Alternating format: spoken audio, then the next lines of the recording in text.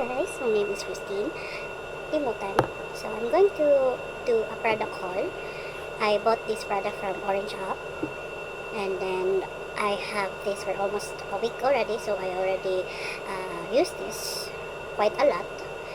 So marami talaga akong ma-review dito, at isa na dun yung goods and bad side niya. So ito yung product. So wala talaga akong tablet. Ito yung tablet ko ngayon, ito yung ginagamit ko. So, ang laman ng box niya ay the unit itself and the charger. So, ang brand nito is Samsung.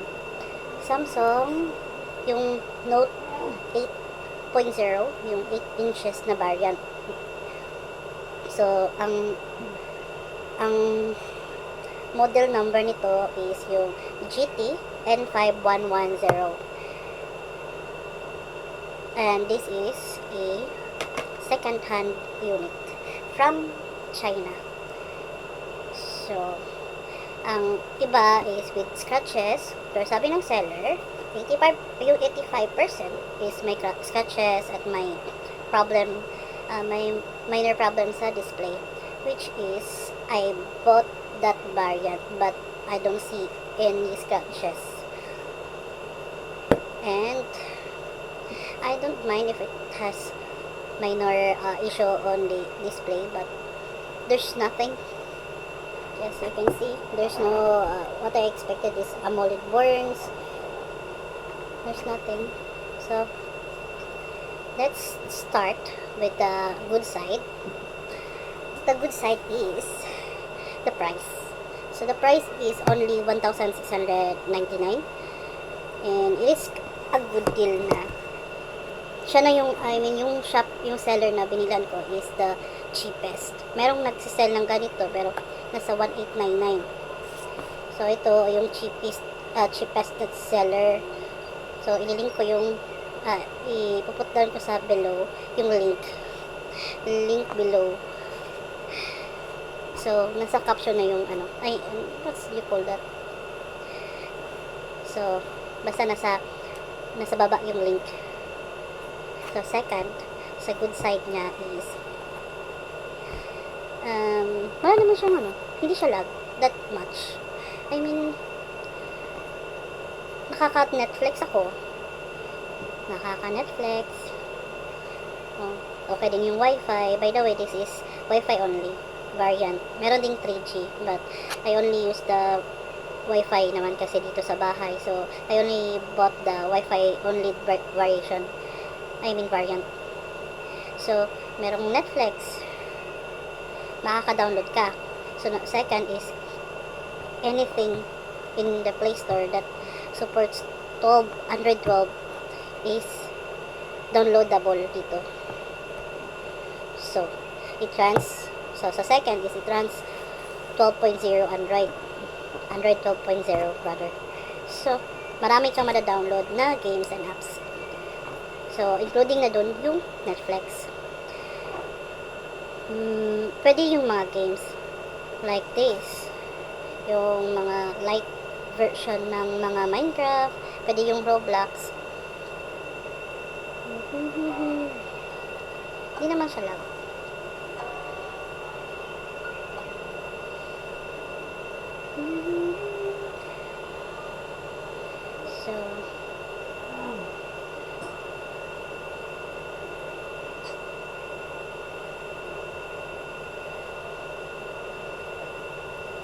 So, magagamit talaga to kahit bata. So, third is yung battery. Yung battery niya can last up to 4 hours pag nagne-Netflix ka. So, straight 4 hours. Ang tip ko lang dito para magamit mo siya ng almost 5 hours pag continuous usage. Lagi mo na lang itong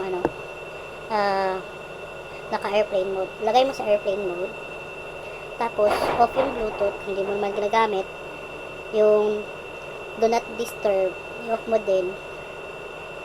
Tapos, yung screen, pag nag-Netflix ka, pwede mo sa pinaka-lowest na settings, tingnan mo, kahit mailaw dito, pwede mo pa rin makikita mo pa rin yung display niya. See? Kahit Sobrang ilaw dito. so, makikita mo pa rin mailaw dito. How much more kung sa kwarto ka lang, tapos madilim pa. And then, yung charging niya din is mga 4 hours. I don't recommend na gagamitin nyo to, yung free niya, unless wala kang ibang charger na fast charging. So, ito, sobrang tagal niya mag-charge. Pero yung ginagamit ko is yung charger na 33 watts ng Poco X5. So, madali siyang ma-charge, like 1 to 2 hours napo-full na siya. Nagagamit ko to almost 5 hours na Netflix. Kasama sa pag-disable nyo is this microphone, and then yung camera, i-off nyo, pati yung hindi naman kailangan, i-on yun lang yung camera at microphone kapag ginagamit nyo na. Number 4, eto, may pen siya, guys, and yung pen is gumagana, hindi lang siya decoration. So, this is original to. Ang lang, kasi hindi siya gumagana yung pero pwede mo siyang pen mode, o yun, gumagana siya pag pen mode din dito sa Autodesk. Autodesk ba ito? Yung sketch, let's say new sketch, discard. So, gumagana to pag kahit ilagay mo dyan yung kamay mo, yung finger.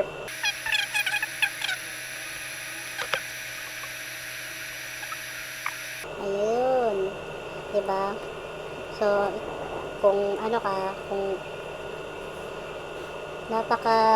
into drawings, doodle, artist ka, pwede mo siya magamit.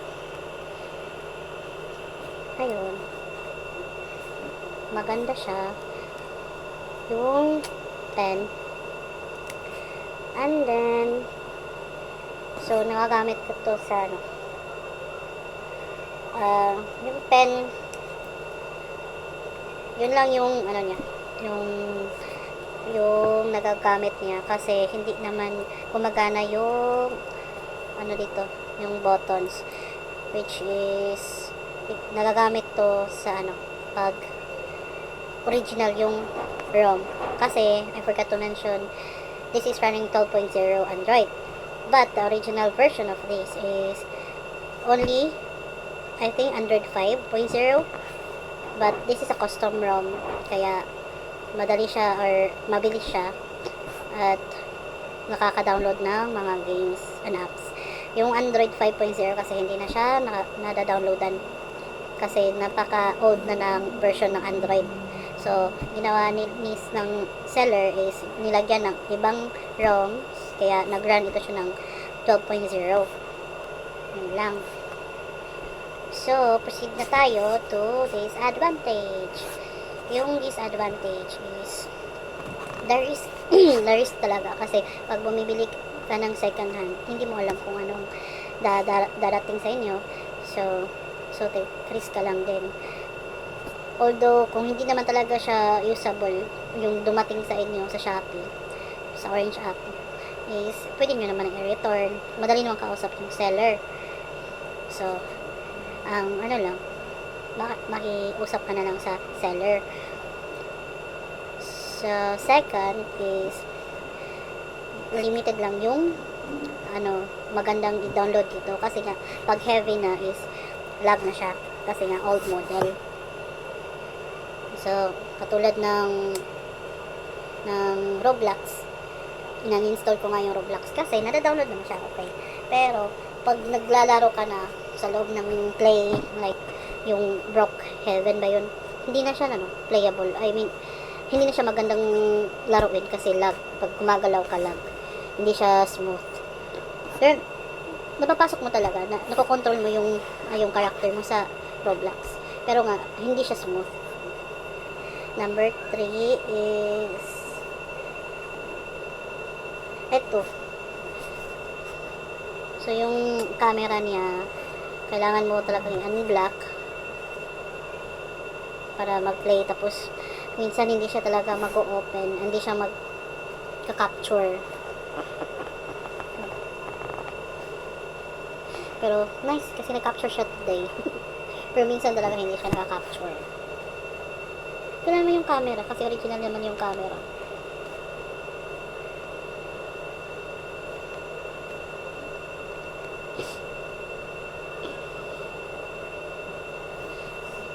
Original naman yung camera. This is the front cam. The back cam. Mas madilim yung back cam. Anyway.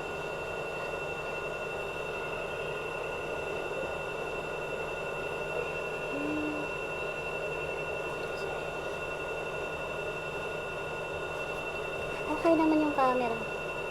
For 1,699, okay na yan. And then, wala na ata dito. Kasi okay naman yung battery. Huwag mo lang i-on yung mga unnecessary things. So, yung tips ko lang is, so, di ba, hindi naman ito pwede sa, So, hindi naman ito pwede sa mga malalaking apps. Like, yung Facebook, okay naman yung Facebook, pero parang, pag may Facebook kasi na yung original version is, medyo naglalag yung system. Maybe dahil sa mga, niya, mga background, yung background process niya. So, pwede mong i-download yung FB Lite. Kung may nakikita ka mga light version ng gusto mong app, yun na lang. Kaysa sa mga original version niya. Sa like TikTok. Ito, TikTok. Yung TikTok Lite lang. Kasi pag TikTok na original version, hindi talaga siya nakikisama, di siya nagpi-play. So, yung sad dito is hindi talaga nag-open yung original na Pinterest.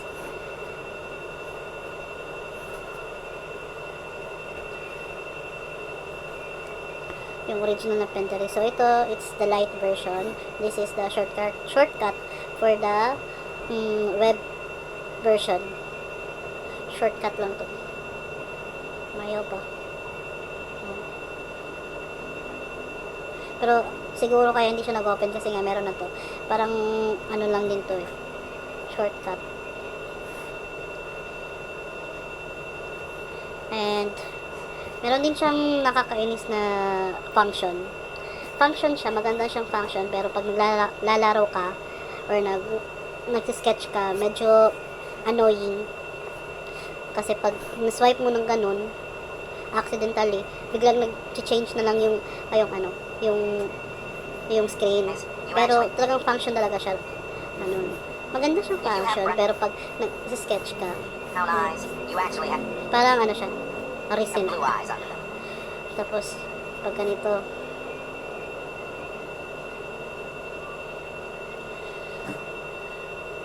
see, kung ka, out natin yung pen mode. So, pag nagsusulat ka dito, parang nagwo-wobble siya. Yan, maglagay ka ng yun lang. Kasi pang out yun eh. Please, i-out mo siya. Hindi ko type yung function na ganito. I don't know, hindi ko makita sa sa settings. Pero baka nasa settings na din. Pwede mo naman discover yun. Search mo na lang. So, yun lang guys. Maganda dito talaga yung Netflix, tapos yung YouTube. True talaga yung yung specs niya. Naka 2 gig yung RAM, tapos 16 gig yung ROM. I hope you like this guys, kahit hindi ako masyadong magaling talaga. Hindi talaga ako magaling girl. Hindi ako magaling mag-review ng product. Pero gusto ko lang din kasing tumulong sa mga gustong bumili ng ganito. Kasi nung bumibili na ako nito, gusto ko bumili is, nagsisearch ako sa YouTube, kahit sa Facebook page, at saka sa Google. Wala kasing nakalagay, walang nag-mention, walang nag-review, kasi nga siguro kasi napaka old model nito. So, I want to help those who wanted to buy this product.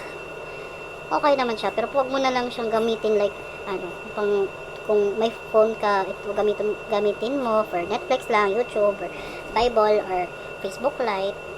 Huwag mo siyang gawing like, dinadala-dala mo kahit saan. Like, gawin mo siyang phone.